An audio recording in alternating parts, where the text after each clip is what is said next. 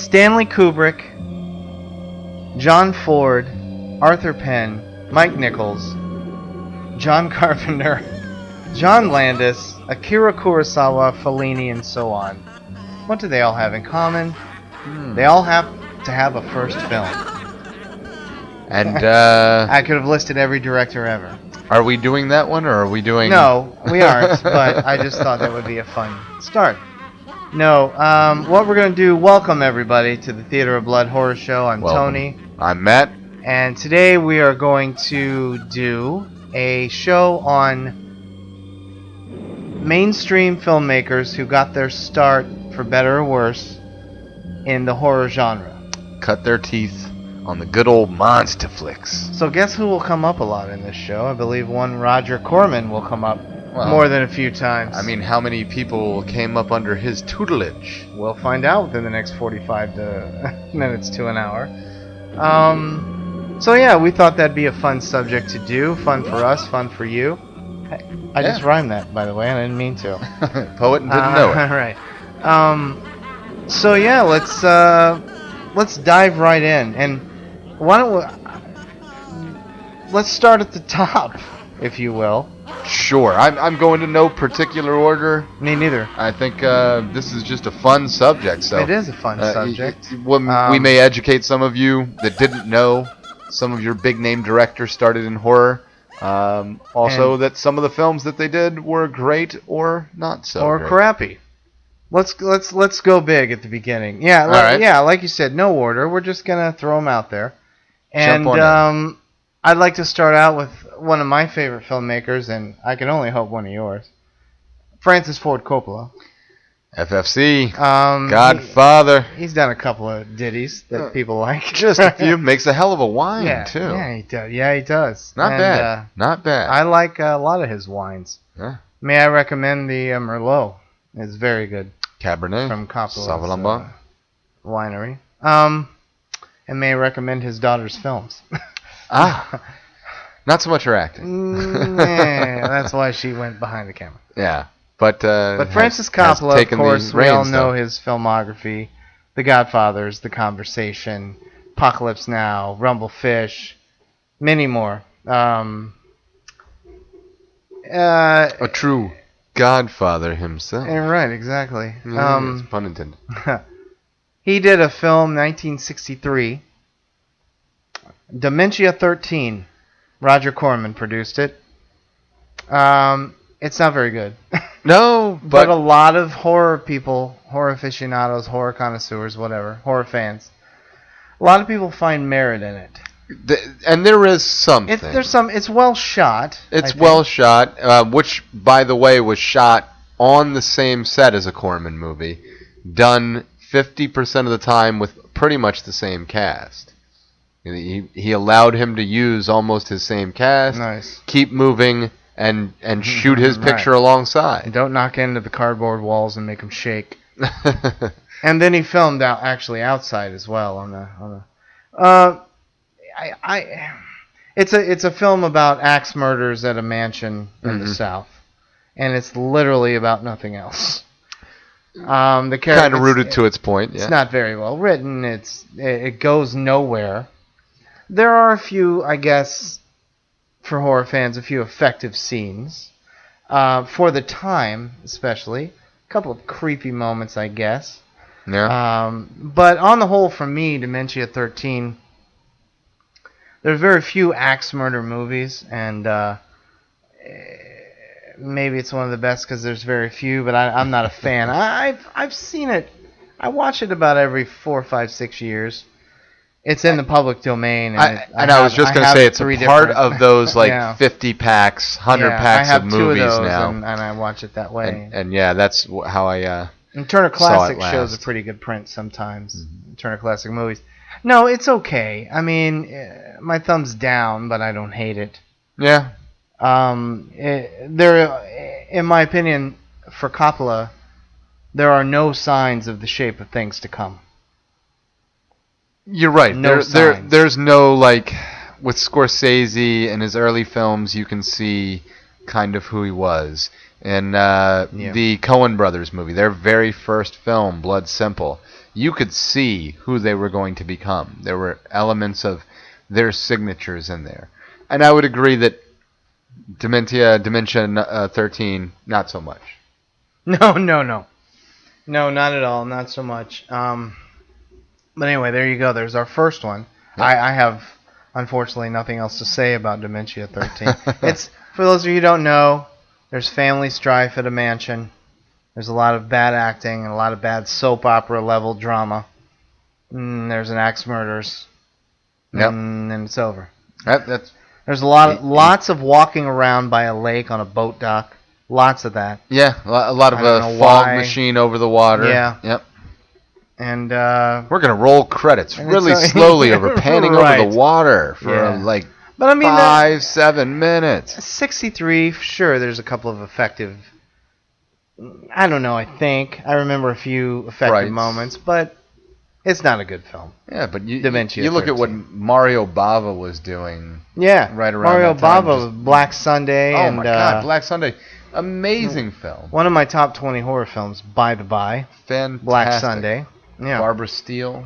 Oh, Barbara Steele, wonderful. She's still alive. Yeah. She's still with us. Keep kicking. Maybe we'll be doing a live remote from one of the horror cons soon for you all, and maybe Barbara Steele will be at one. She's at random ones. Well, if we She's can catch a little her, old now, that would be so, yeah. that would be a worthwhile venture. Yeah. So anyway, Dementia 13, Francis Ford Coppola. You got to start somewhere, and then he went on. If you'll skip Finian's Rainbow, the equally awful Fred Astaire Leprechaun musical that he directed. Skip forward, and let us not forget he wrote Patton and won the Oscar for the screenplay, which led him to the rest of his genius career. Well, in the 70s and early 80s, and most 80s. notably, he is the godfather of the Godfather. The Godfather of the Godfather. Coppola.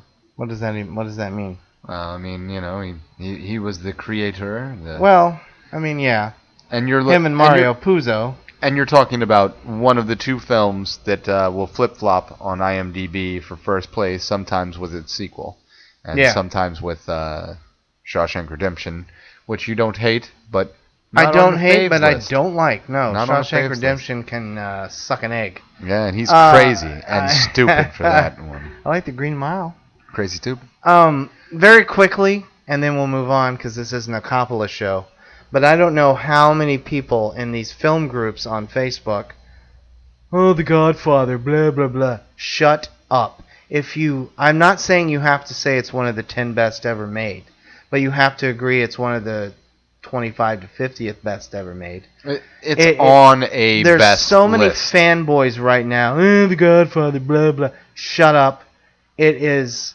If I didn't like it, I would still say this. It is astonishing filmmaking. It is brilliantly put together. Yeah. Brilliantly edited. It flows brilliantly. Game changer as far as the way you could develop story, cinematography, large scale, wide shots. I mean, you name it. Yeah, we live in an age. Soundtrack to it, so epic and come on. And Rhoda. We live in an age where people like to, lots of hate for Kubrick, and I mean, just shut up. It's okay to be a fanboy and want to be different, but don't blast things that like my favorite film, and then we'll move on, folks. My favorite film of all time is 2001. I think everybody knows this. 2001. It's a tie between 2001 and A Clockwork Orange. To me, they're equal. The two most perfect films ever made. My wife despises both of those movies, and she's tried them a couple of times since we've known each other. One doesn't make sense to me, and the other's crazy. Yeah, and she despises them, but she says, these are my wife's very own words, I recognize the genius in them, and I recognize what people see as brilliant in them. And I think it's undeniable. I mean, you can't watch A Clockwork Orange and not feel some type of emotion, whether it is you're grossed out or you feel in the moment, or you can find yourself feeling for this lowly character who was despicable to start with. But I mean, my point is, she hates them, but recognizes the genius in them. We now live in an age where everybody likes to get on the Facebook groups and, oh, Citizen Kane sucks. Casablanca's dumb. Shut up. Yeah. I don't look. Trolls. Look. Trolls. Citizen Kane always wins best film of all time. I vehemently disagree with that. It's maybe in my lower top 200, but I love it, and I respect it as one of the best directed films ever made. It's amazingly done. It's an amazing film. It's just on my list. It's not, but I don't trash it. Quick sidebar. How amazing was from a sidebar? Sidebar from a sidebar. How amazing was the re-edit of Touch of Evil done to his specifications? Oh, that's even more of a masterpiece than it already was. And you realize just how much the studio changed its pace and how it was going, and just the amazingness of that film. And Very soon, Matt and I are going to do an Orson Welles show on widescreen. And Charlton Heston, baby. And Chuck. Throw some black shoe polish in his hair, and all of a sudden he's a Mexican. Yeah. I don't talk like a Mexican. Right. I'm still Charlton There's Heston. a murder, and I have nothing to do. By the way, I'm pro-gun. You're right, yeah. From my cult. All right, anyway. So this is a horror show. So moving on. This is why people like us, though. They say they like our banter, and we always find our way back. And who wants the stale same conversation you can watch on anybody's channel? Yeah. Oh, by the way, I just wanted to say something for no reason at all other than balls. He was mentioned the other day to me when I blasted the fact that he was on a show that I like. I hate Dane Cook. Anyway, moving on. Would you like to Louis C.K. joke stealing motherfucker? Right. Now, would you like to do one? Or? Although one thing I will say about Dane Cook is that to go on Louis' show and self-deprecate himself, I gave him a little respect for him. For that I did. Yeah, I didn't. Anyway, right. So moving on, I'm going to stick with the influence of Roger Corman. Jump a little forward in time, a little bit older. But I know who you're doing. I think you do. JC? The other JC? The other JC. Yeah. We're talking about John Carpenter. Makes it into every show. No, not John Carpenter. But he does make every show. James Cameron. James Cameron. And that first film being? Piranha 2. The Spawning. The Spawning. I was going to say the Flying Fish. The Flying Spawning. Fish. Because that's what they were. Yes. Hybrid flying fish piranha retardedness. Starring Lance Henriksen. Love me some Lance Henriksen. It's weird that we both started with Dementia 13 and now Piranha 2, The Spawning, because I think we both dislike both of those films. And here's the thing. Piranha I enjoyed. I hate Piranha 2. For a Jaws... No, Piranha. Oh, Piranha's wonderful. For a Jaws knockoff, low-budget movie, Piranha... You were scared in the right places. It's funny. It's tongue-in-cheek. Yeah, there was a good amount of skin, A little bit, yeah. And lest we forget, directed by the great and very undervalued Joe Dante.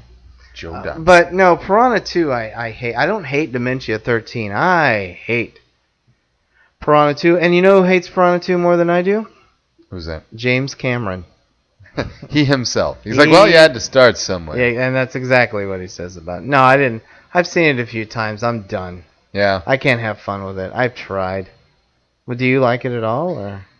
I've tried, but it schlock takes away anything that you could find as enjoyable to it.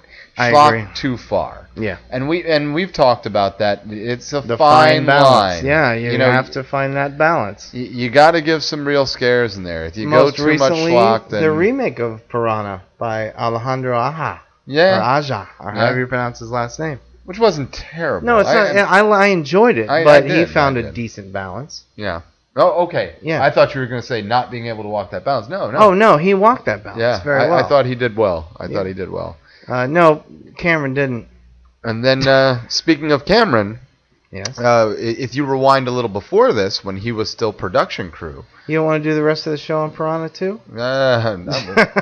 Moving on. Pass. But he was an early production guy and one of the cinematographers. Cinematographers? No, he's a painter. No, You talking about Escape from New York? No. For Roger Corman. Forbidden World. For Forbidden Planet. Forbidden World. Forbidden World? Mm-hmm. Forbidden Planet's the great 1950s. Right. Forbidden World. Yeah.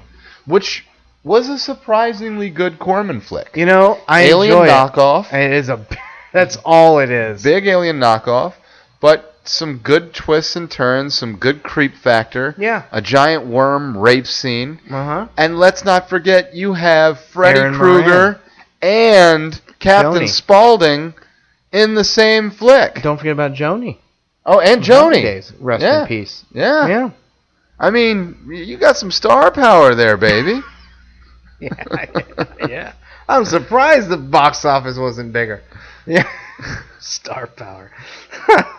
Hey, those are three that I have come to love. I was going to say, I'm not and have found their way. And hey, let's face it. I bow at the altar of Sid Haig. Sid Haig is a beast, but out of those that we just named, Robert. No, Robert Englund went on, of course, to be a... He found super fame, and a loyal group of fans that have spanned many decades. Sure. Not to mention, he single-handedly through that character, well, I guess you can't say single-handedly because a lot of people created that character, but that character survived a production house that's now a heavy hitter. Yeah. And they had two choices at that point. Talking about New Line. New Line Cinema. The house that Freddie built. They had enough money left to do 3 more crap pictures or throw it all into one budget, and they decided to gamble on Wes Craven, and Robert Englund delivered. No, he did. And if you look at Robert Englund from this movie, from the V series, the way he kind of looks like a little meek. Yeah. You would have never imagined him, I'm sure, when he walks on set, being your villain. Right. And he must have just blown them away. Oh, I'm sure. Without the makeup, with his mannerisms and everything. Yeah. I'm a huge Freddie fan. Me too. I'm sure anybody listening to this podcast will know he deserves his merit in some way, shape, or form. Love him or hate him, he is an influence in this genre. Yeah. And so. But no, you're right. James Cameron was a designer on Forbidden World, and he got his start in Corman as well. We're gonna be in Corman for a little bit, I think. We might as well knock Corman out. Yeah, unfortunately, Martin Scorsese's first wasn't a horror film, so we can't really throw him in. Yeah. But just for the record, he started out with a Corman film, Boxcar Bertha. Yep, Bob. Which is it's an all right film. And lots of religious imagery in that. Imagine that. And again, still under Corman. Yeah. Right. And Roger Corman, I don't know if anybody's done more with less. Yeah. And he's still doing it. He just did a sequel to... He's 90. He just directed... and it's awful, by the way. Sequel to Death Race 2000. Wow. He's I 90. I kind of want to see it now. Well, you need it's streaming on Netflix, folks. Check it out.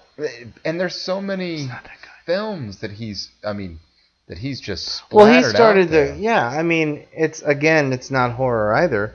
We should do a Corman show sometime, but the great, unfortunately late great Jonathan Demme started out doing Night Call Nurses and shit like that for Corman, Anyway, go on with another one. His horror genre just kicks on and on and on. Yeah, he does, and he begat so many great filmmakers of today. It's almost Humanoids unheard of. from the Deep to... Oh, God.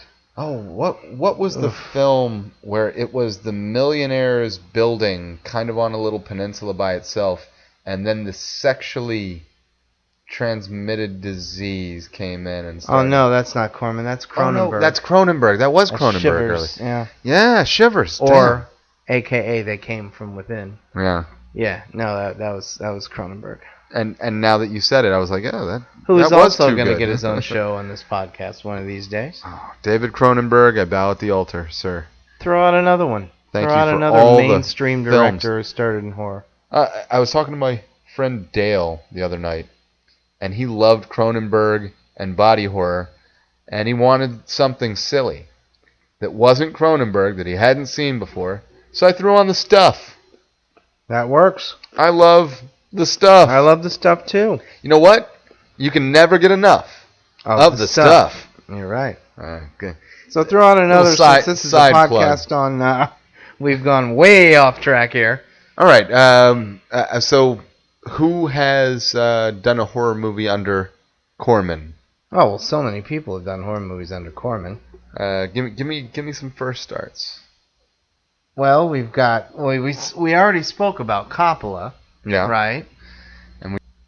I mean, as far as screenwriters go, John Sayles, the great John Sayles, he started out for Corman. Teeth on Piranha as well, and Alligator. And one of my favorites. Which I think you own the special edition of. I do, in fact. That's right. I own the special edition. Don't know how I could have known that. We spoke about Piranha. Alligator's the same thing. And then as far as actors, because actors do fit in this, cutting their teeth in as horror films. As far as actors, you have Jack Nicholson, who started in The Terror and the Raven. And he was a Napoleonic Guard in The Terror, I believe. And Little Shop of Horrors. Little Shop of Horrors. Which you can throw into the horror mix. Mr. Crazy Dentist Guy. Yeah. Who was Bill Murray in the remake. Yeah, Bill Murray in the remake. And this might shock you, folks and co-host. I'm not a fan of either one. They're silly, but you know, I've seen them. I remember liking them when I was younger, but I haven't watched them since I was that age. It has no draw for me to watch it again. At the time when I was young, enjoyable. Right. Yeah. Didn't take itself too seriously.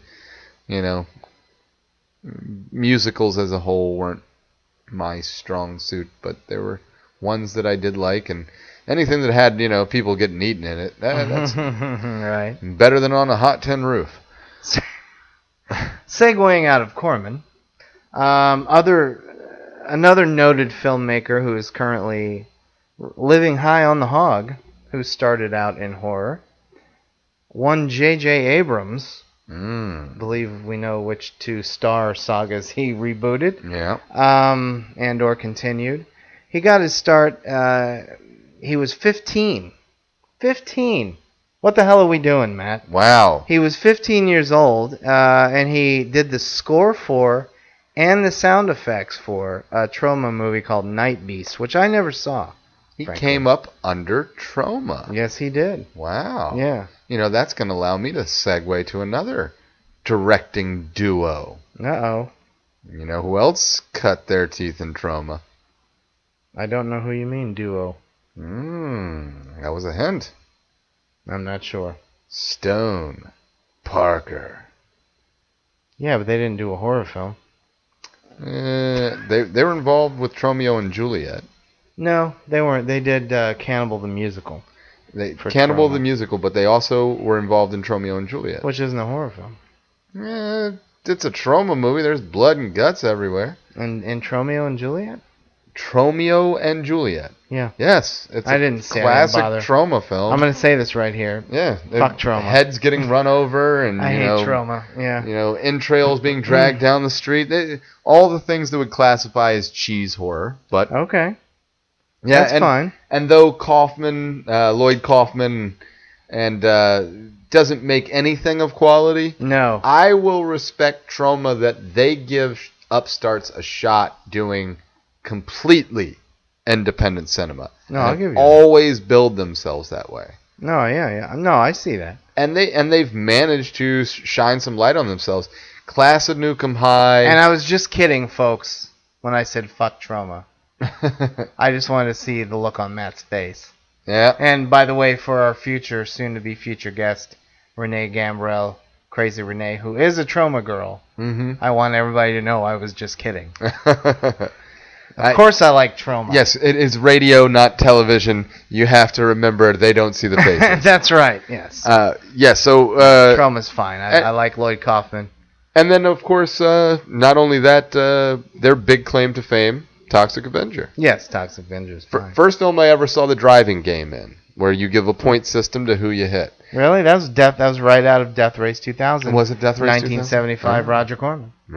Oh. By the way, just real quick, because it's been on my mind, when we mentioned John Sayles starting out in horror, mentioned he wrote Piranha and he wrote Alligator.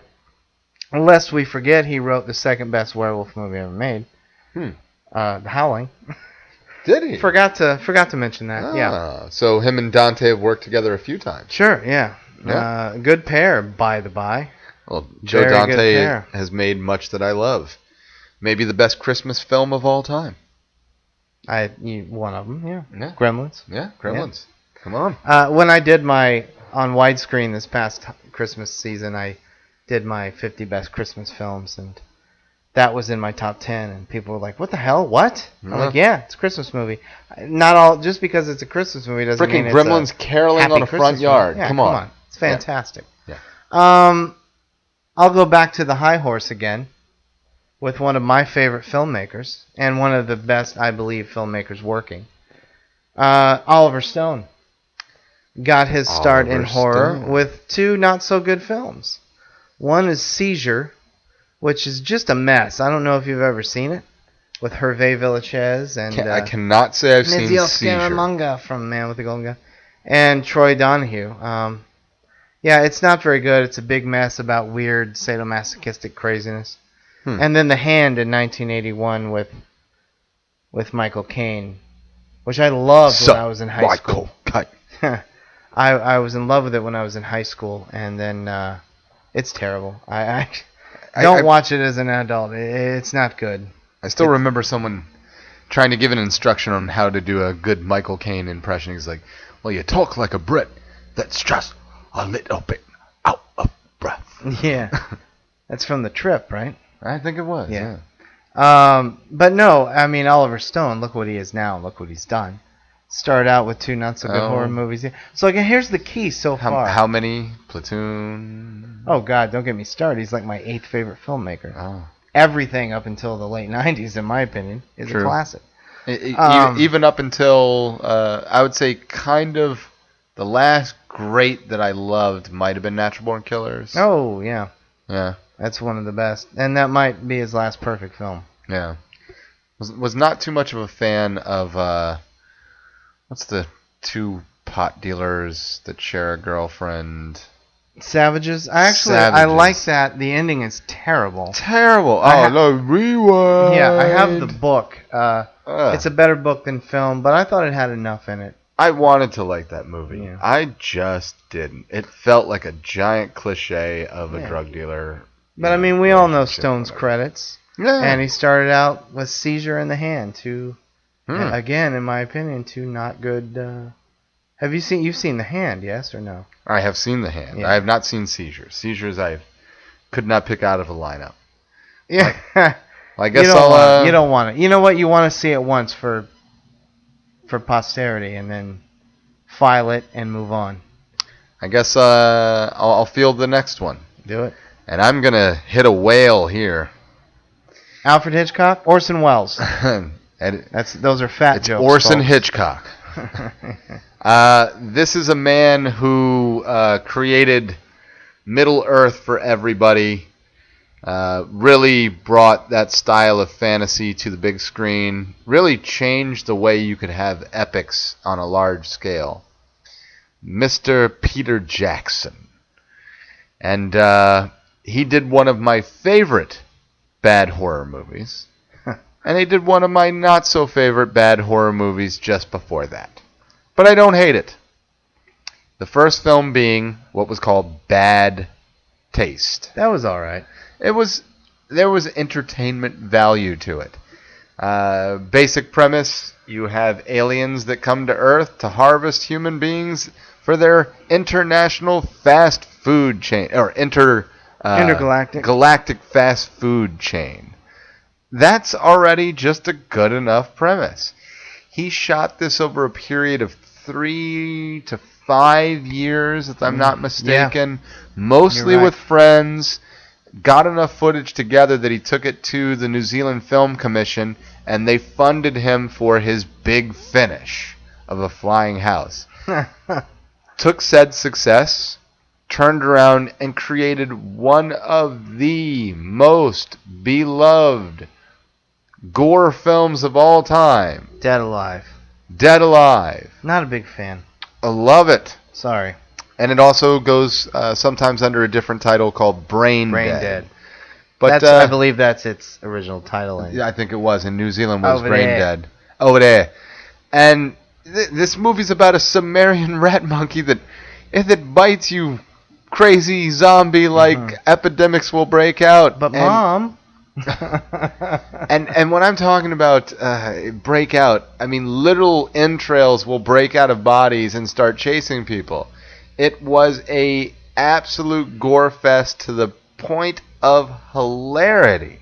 It makes Evil Dead look like it doesn't have enough gore in it. And was definitely influenced by Evil Dead. Oh, sure. Instead of, strapping a chainsaw to his arm, he straps a lawnmower to his stomach. And, his creepy uncle. Yeah. So good. Listen, I don't like it.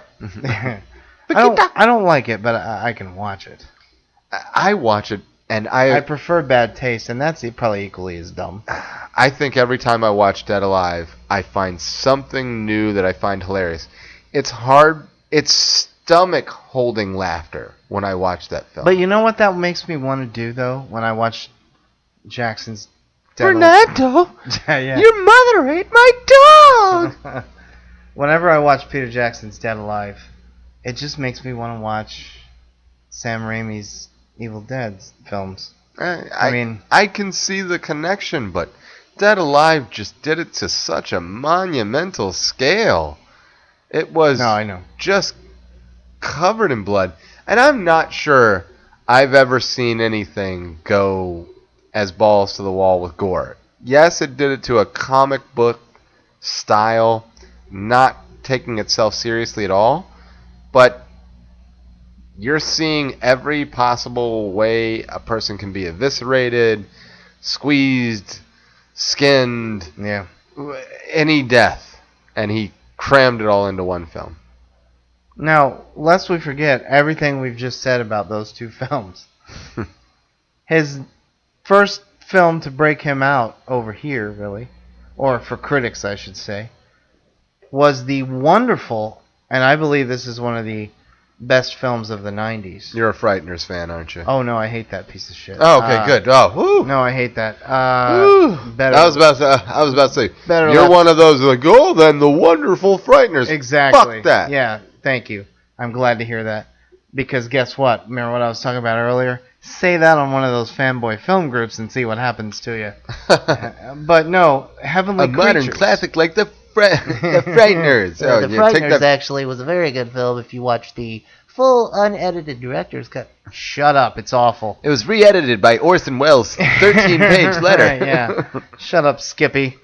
No, 1994's Heavenly Creatures, which brought the world Kate Winslet. Yep. And I can't think of her name. It's terrible.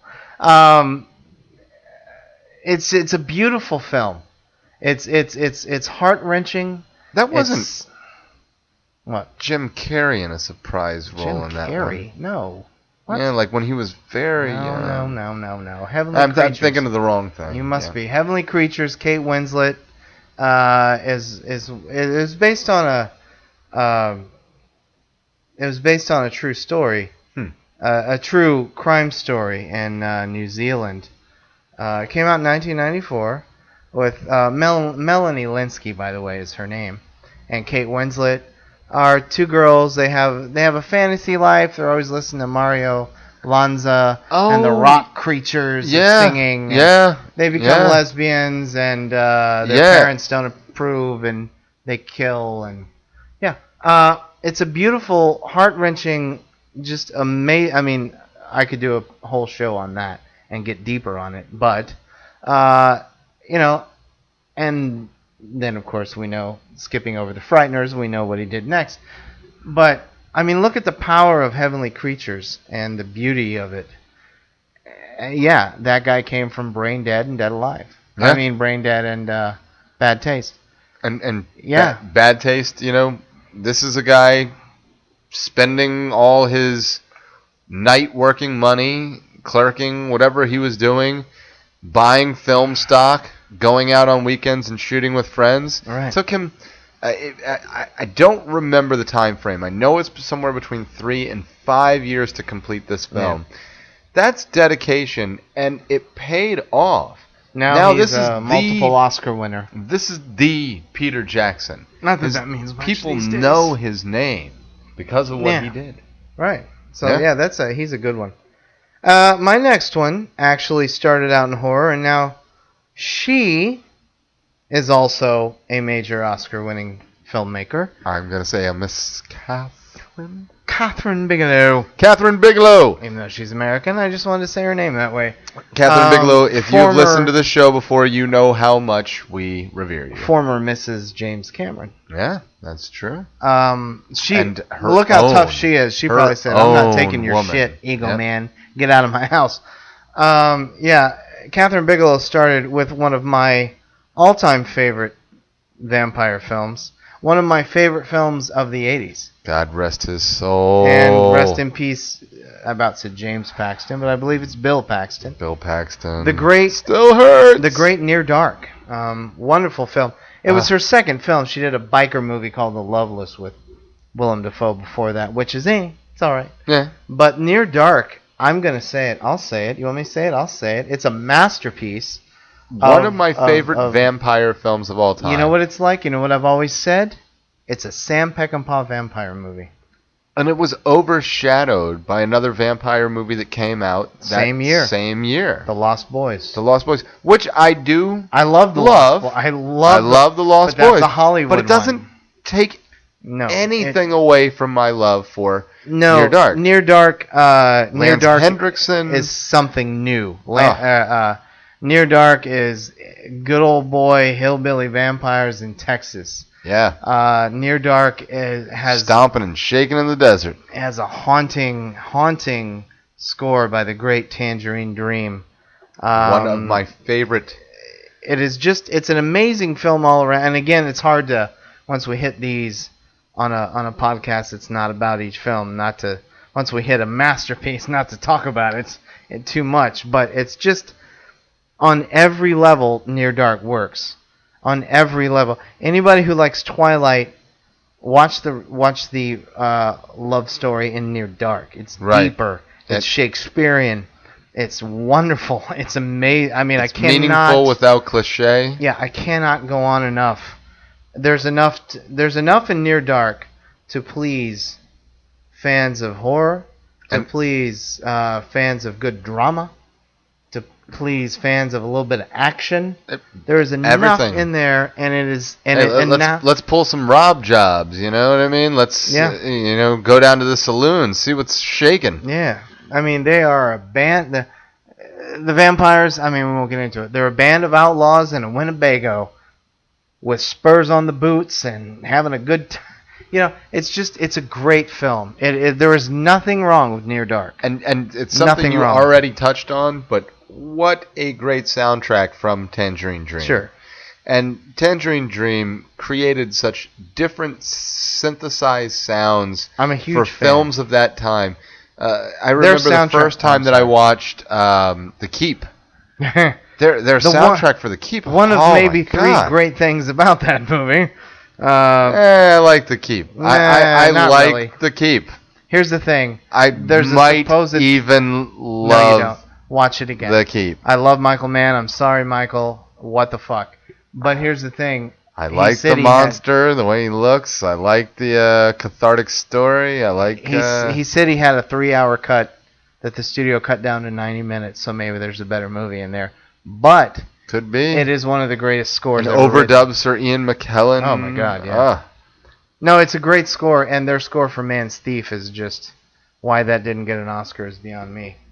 But Near Dark, perfect. And now she does Zero Dark 30. Won the Oscar for The Hurt Locker. Did a great thriller with Jamie Lee Curtis, Blue Steel, and continues. And the great Point Break, lest we forget.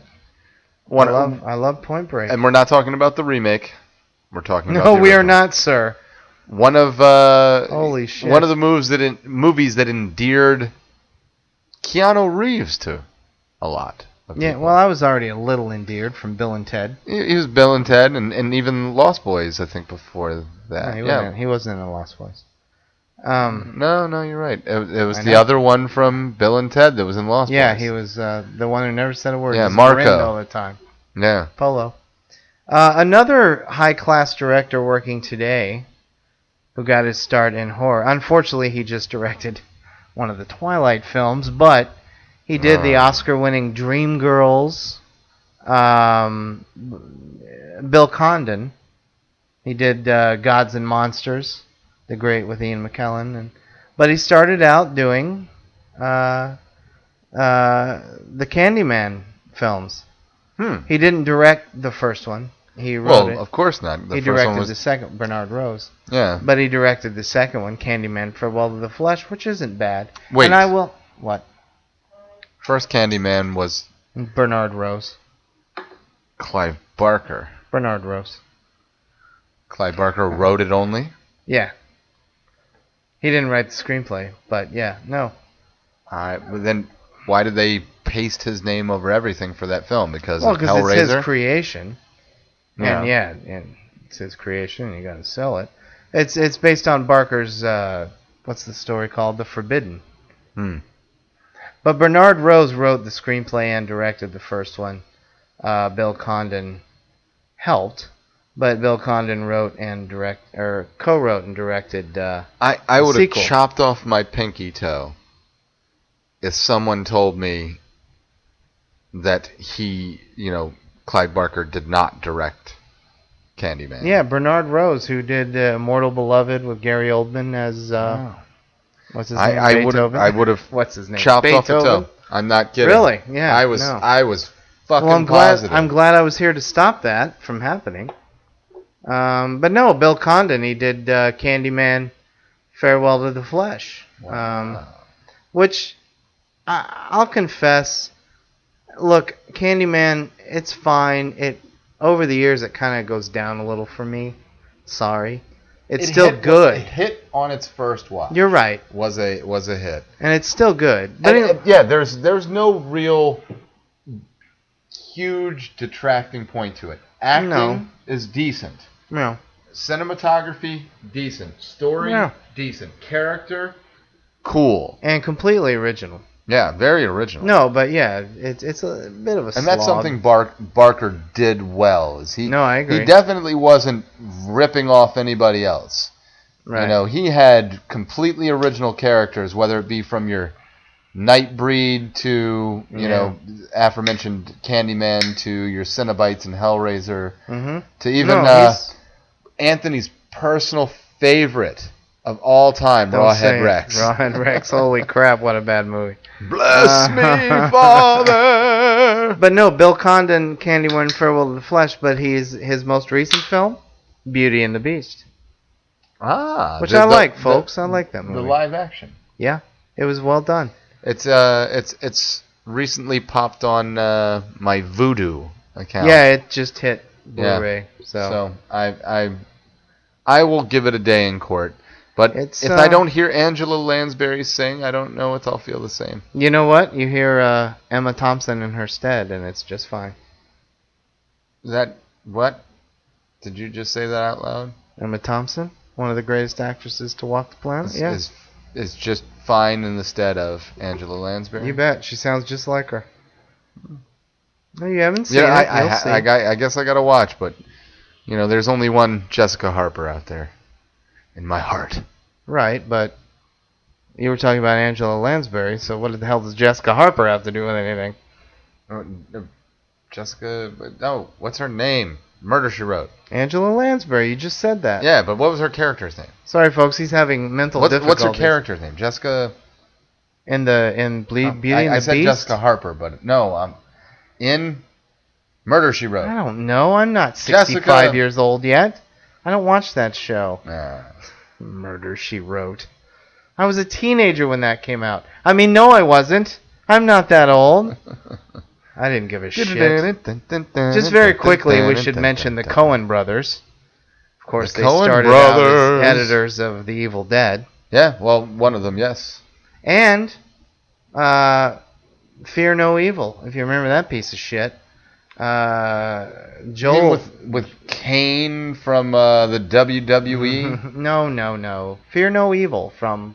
We're talking about directors that started in horror. Joel Coen had nothing to do with that. No, the original Fear No Evil from, I believe, 81. Oh, okay, gotcha. But we all know we don't need to go over the Coen brothers' filmography. Yeah. Throw out another one. I can throw out another big one if you're ready.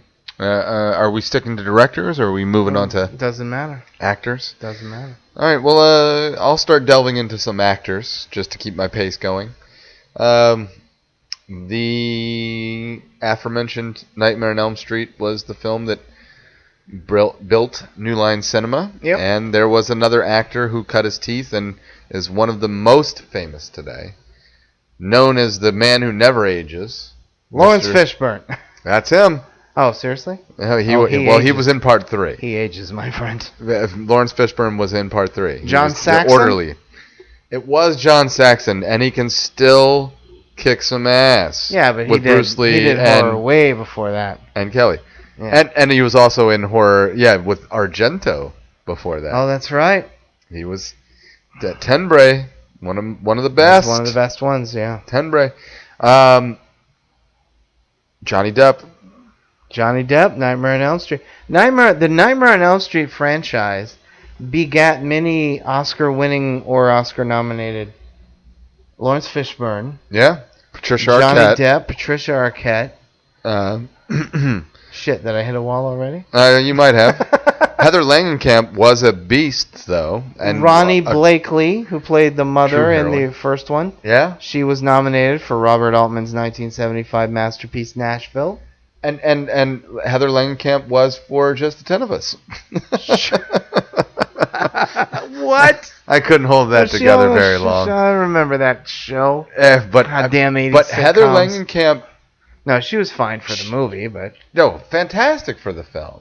But she was a heroine you could believe in. She never did, but she never had to because that career sustained her. It did, really. I've really seen her did. at a few. And she popped back up in the third one, and then she popped back up in the very final one. successful Final Nightmare. Yeah. Which was a play on the film itself. Very cool idea. And she was good in that, too, playing herself and not herself. I've never seen her in a role that I thought she was disappointing. Yeah, but I mean, based on what our show's about, she didn't go on to bigger, better things. She, I think, she's good. Embraced like a family life. I think Did she find Jesus? I think she found a family and wanted to go hiking and do stuff with her kids. I don't want my favorite horror movie people finding Jesus, because that fucks everything up. Well, my apologies to all of our religious fans out here listening right now. What? I guess it depends on where they find him. If they find him in Ken Russell's 1971 masterpiece, The Devils, God bless him. Woo, we just lost a few. All right. All right. I can throw one out. I stay out of politics and religion. He doesn't. Here's one that I bet you if you sat down with anybody who loves film and loves horror, you could bring up the subject that we're talking about tonight, and you could talk for 24 hours straight, and I bet you could be like, oh, and how about this one? And they started out with this, and how about this one? I bet you whoever you're talking to will never bring this up, and it's so obvious, it's so in your face, because it's so huge. Oh. But he did two little horror things before that. Steven Spielberg. He started out doing episodes of Night Gallery, and then, of course, did the great television film Duel. Loved Night Gallery, and Duel was... It's a masterpiece, a mini masterpiece. masterpiece. So much tension in that damn desert. Yeah. You're not getting away from that trucker, buddy. You better think of another plan. Well, the plan better not involve getting out of your car, because you're going to die if you do that. Right, don't get in that phone box. Yes, I'm from England. It's a phone box. And then, of course, my point of it, the glaring Jaws. Oh. Started his career, really. I would argue with anybody. Who says it's not a horror film? Not just not a horror film, but maybe the most universally scary horror Excuse the film pun. of all time. Brought to you by 'Cause Universal. it was brought by Universal. But this is something that anybody can find fear in. Those who can only find fear in realistic situations, those who can't find fear in the supernatural, those who can't find fear of animals on land. You're in a monster world when you're out there at sea. Oh, yeah. And heaven forbid it be at night. You're fucked. And if your name's Chrissy, you're in big trouble immediately. In Little China. 3 minutes in. Big trouble in Little A film made by John Carpenter makes every show. Big Trouble in Little Amity Island. But no, I mean, yes, of course. And then, of course, he went on to be Spielberg. Another director who went on to do non-horror films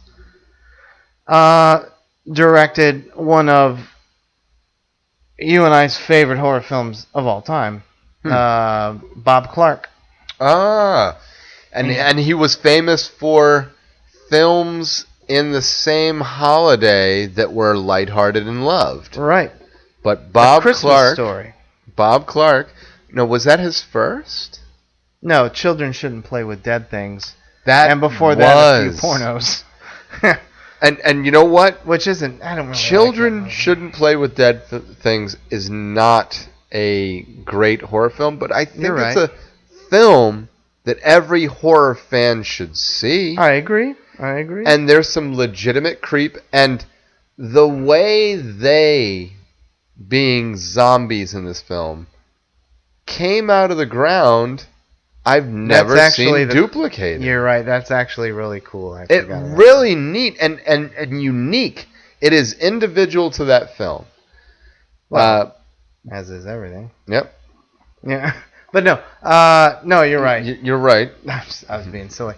What was the name of the character that they were having the party with? I haven't seen that in so long. They got the body, and he had a name, and they proceeded to have the party around this dead body they dug up. But no, they shouldn't have played with dead things. It's all right. But Black Christmas is a masterpiece. We've talked about it before on this cast. Ad nauseum, yeah. But influenced John Carpenter. Yeah. For the original Halloween, POV shots. Right. We've talked about it ad nauseum, yeah. We should do a show on Black Christmas. Perfect horror movie. But Black Christmas is in my best. Period. Me too. It's one of the top 25 of all time, if not 15. If not higher. And then he went on to do Christmas Story and, for some ungodly reason, the Porky's films. And he even did a decent... No Porky's? No, I hate him. I hated him when I was of the age where I should have loved them. I mean, the sequels... the sequels got long in the tooth, forget but the sequels. The first I hate them. Yeah. No, it's terrible. There were some laughs. But the point Me and my friend Adam, oh, God, stomach laughter. Yeah, he went from horror to that. And he even did Talking about giving a sketch artist description of the last scene, hanging out in the girls' locker room. Yeah, Come on. I hate Porky's. I hate it. But he also did a nice little drama with Jack Nicholson. You know, I realized you hate Shawshank, you hate Porky's. Why are we doing this show together? My point is this. From now on, when you defend Shawshank, I'll say when you were chastising... At least it's no Porky. Well, I'll remind you when you were chastising me about not liking it, you put it on the same caliber as Porky's. So I have that now. You're like, it's like saying you don't like Little Shop of Horrors, you don't like Bergman. Porky's. I like Bergman, folks. It even had a fun name, Porky's. I hated every solitary second of that movie. And I think what made it so bad is look at what Bob Clark can do when he's on. Yeah. In whatever genre. And he genre hopped a lot. And he did a lot of bad movies, I'll be honest. But A Christmas Story is great. Except TNT and TBS running into the ground every Christmas. And Black One Christmas of the quintessential Christmas films. Oh, sure it is. It's in my top 10 or 15, I think. And Black Christmas and was Black his Christmas best is film. perfect. It's his best film. It's one of the best horror films ever made. It's an amazingly crafted film, and I think he could have gone on to do more horror films, and he did not. But here's the thing. That's fine. You got to try other genres, see what works and doesn't work. But goddamn, if you can do Black Christmas, imagine as budgets got bigger and studios, he made money. Hopefully it wouldn't have crushed him, but imagine what he could have done for the horror world. Oh, Yeah. oh, Little Bob Clark. brilliant. Yeah. And then I'd say let's bust off some actors, a few more, and we can sum this thing up. I know we were talking about Johnny Depp earlier. Very quickly before we hit some actors, and then we'll wrap it up. Ridley Scott, who started his own genre basically with Alien. Yeah. And grew into be Ridley Scott, of course. And you could say yes, he did start with horror there. Well, I mean, he did the Duelists before that. I don't think of it because it was so monumental. It was large. I know, and it was his second film, and the Duelists the year before that is brilliant, and it's not a horror film, so it doesn't really count. But it sidebar. Kind of does. Sidebar. Yes. The writer of that film, John Carpenter's very good friend, Dan O'Bannon. His other story that he put out the very next year that didn't take off was brilliant. Dead and Buried. We've talked about that. Wonderful Creepiness movie. by the Seaside, baby. Wonderful movie, yeah. Oh, yeah, seaside very town, quickly, small town, full of old people. Shout out to Terrence H. Winkless. For a second, I thought he was shushing me. Shut up! No. Shut up! I was talking here. Shout out to Terrence. God, I'm sorry, it's late. Terrence H. Winkless, who was friends with Dan O'Bannon, and he's made some action films in the 80s, and he said he will be glad to be a guest, and he will be a guest soon. But he helped work on Dark Star, and he was friends with Dan O'Bannon and so he Carpenter. was in school with them. Yes. Part of the class of dominance. See, the tentacles to what we talk about are far-reaching, mi amigo. You are very correct, sir. All right, well, let's bust off some actors and sum this baby up. And then we'll wrap this up. I got one for you. One of the biggest. Just won an Oscar. Okay. Little Leo DiCaprio started out in Critters. Leonardo DiCaprio. That's true. Critters 3, actually. Yeah, it was the third Critters, but that's where it started. Yeah. How about Miss Beautiful, ever-looking young Jennifer Aniston starting out in Leprechaun. Where's me gold? Where's my bag of gold? How about Mr. Not So Annoying Anymore, unless he keeps doing those car commercials, Matthew McConaughey. All right. I knew you were going to do that. The Texas Chainsaw Massacre, The Next Generation. And Renee Zellweger as well. And if you want to rewind to a Texas Chainsaw Massacre before that... Leatherface? Yeah, Leatherface. Viggo. Texas Chainsaw Massacre 3. Viggo Mortensen comes out in that bad boy. And then you got... come on. If you're going to talk about slasher movies, one of the early build is Friday the 13th. Yes, it was a knockoff of Halloween. Oh, Kevin Bacon. 2 foot loose Bacon. Who gets the arrow through the neck by the surprisingly strong-armed lady in her mid-50s who could apparently do that from under a bed with no... Shove it through a box spring, mattress, and your neck. Oh, don't forget there was a spine in between there. I do this every time the Friday the 13th films are brought up, and I'll do it again. We're going to, this fall, do a show on the entire series, and I will pre-apologize right now for everything I say, because it's all bad. I think this deserves a quick shout-out. If you're a Friday the 13th fan, if you haven't seen it all over YouTube or anywhere else, I've watched previews for the Friday the 13th game that was crowdfunded, done through an independent studio, and man, did they get the fan service right. They knew who they were going and targeting. They pull Tommy Jarvis as a character from Part 6. The way you can end up as a counselor trying to survive in very familiar woods and lakes. Yeah. To being Jason himself to stalking. And not only that, you can be any number of the Jasons through the film. I thought that deserved a quick shout out because I was blown That's away. a good shout out. It looks like a cool game. I was blown away by what I saw. It looked really, really awesome. I bet you 2 minutes on that game would give me more pleasure than watching that entire series back to back. Very possibly, you know. George Clooney. His second Attack of the Killer Tomatoes Part 2. Return of the Killer Tomatoes. Return of the Killer But Tomatoes. before that, Return to Horror High. Oh, that's right. Hey, you know what? That reminds me. You know who else started out? Brad Pitt. Cutting Class. Cutting Class. Yes. Tom Hanks.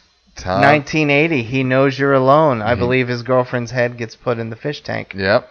And then he reprised a somewhat horror comedic role later on with The Burbs, unsung masterpiece. Thank you. I love The Burbs. Rick Dukerman, baby. Rick Dukerman. Rest in peace. We're going to do a Joe Dante show as well. Yep. One of these days. Amy Adams. That's true. Psycho Beach Party. Yeah.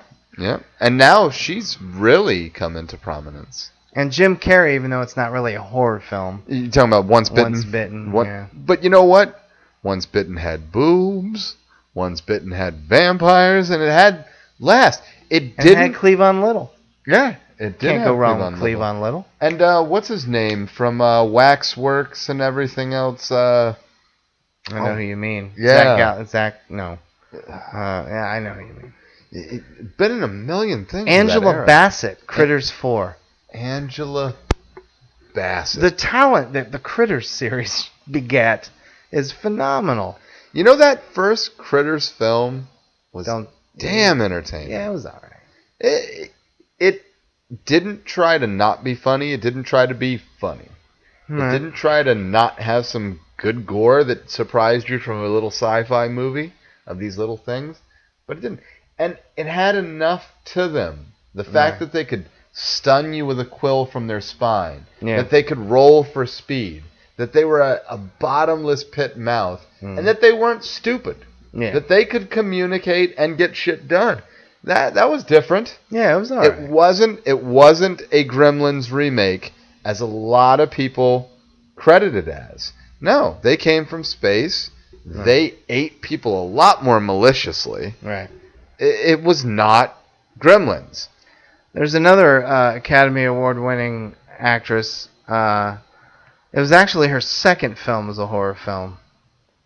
But it still took her a while to get going. Jennifer Connelly, who, of course, her first film was the masterpiece Creepers. Once Upon a Time in America, and her second film was Argento's. Yeah. Really not very Phenomenon. good. Phenomenon. Do. Phenomenon. Yeah. Also known as Creepers. But yes. You know what? And not good under either title. You know what? I don't hate Creepers. I don't hate it. Creepers had a don't look moment But with I the don't mouth like it. monster kid. Yeah. It had Donald Pleasance and the monkey with the razor. Right. It had a fucking awesome score that was comprised of, On Maiden as well as Alice Cooper.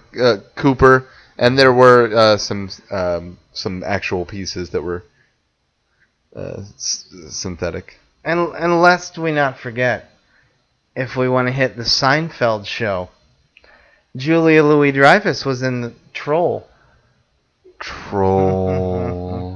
And here, how about Jason Alexander? Yeah, he was in The Burning. With? Wait, who else was in The Burning? I remember. Academy Award winner. I know someone else was in there. I'm giving you the first part. Give me more hints. I know. I said I pulled Jason Alexander out of The Burning immediately, who also popped up in another fantastic fucking horror movie when he was older, but still had hair, still pre-Seinfeld. Jacob's Ladder. Jacob's Ladder. You're right. Yep. No, he was the lawyer. The other Academy Award winning actress. Actress. That's in what I was The Burning. Thinking. I was thinking actor. Hi.